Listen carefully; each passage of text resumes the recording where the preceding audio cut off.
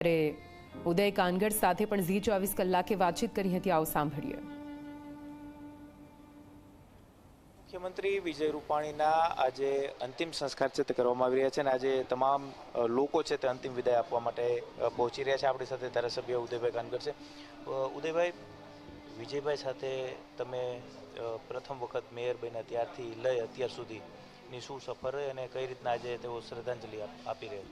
પ્રથમ તો 12 જૂનના દિવસે જે એર ઇન્ડિયાની અમદાવાદ લંડનની ફ્લાઇટની જે ગોઝારી દુર્ઘટના બની છે એમાં જેઓના મૃત્યુ થયા છે એવા તમામ દિગંત આત્માઓને શ્રદ્ધાંજલિ અર્પણ કરું છું। અને એ જ દુર્ઘટનામાં રાજકોટના પનોતા પુત્ર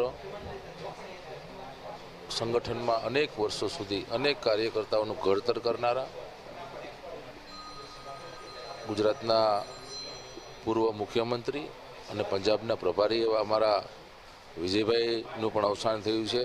ત્યારે સમગ્ર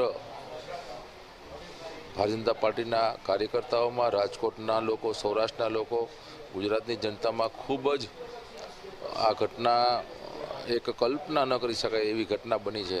ત્યારે એ તમામ આત્માઓને અને અમારા વિજયભાઈને પરમ કૃપાળુ પરમાત્મા એમના આત્માને શાંતિ આપે એ જ પ્રભુના ચરણોમાં પ્રાર્થના હોય। આજે એમની અંતિમ યાત્રા નીકળવાની છે અને અંતિમ યાત્રામાં અમારા નેતાના અમે બધા લોકો છેલ્લા દર્શન કરશું।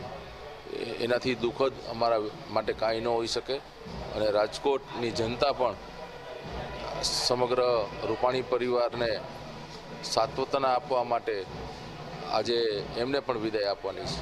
મોટી ખોટ ભાજપને અને ખાસ કરીને સૌરાષ્ટ્રને, ભારતીય જનતા પાર્ટીને ખૂબ મોટી ખોટ પડી છે અને દરેક કાર્યકર્તાઓએ એમની સાથે વર્ષોથી સાથે કામ કર્યું છે। અસંખ્ય કાર્યકર્તાઓનું એમને ઘડતર કર્યું છે। ત્યારે સ્વાભાવિક અમારા એક પીઢ રાજનેતા હતા। દરેક ગમે તે પરિસ્થિતિમાં એમણે ભારતીય જનતા પાર્ટી અને પક્ષને મહત્વ આપ્યું છે। ત્યારે અમને ખૂબ મોટી ખોટ પડી છે।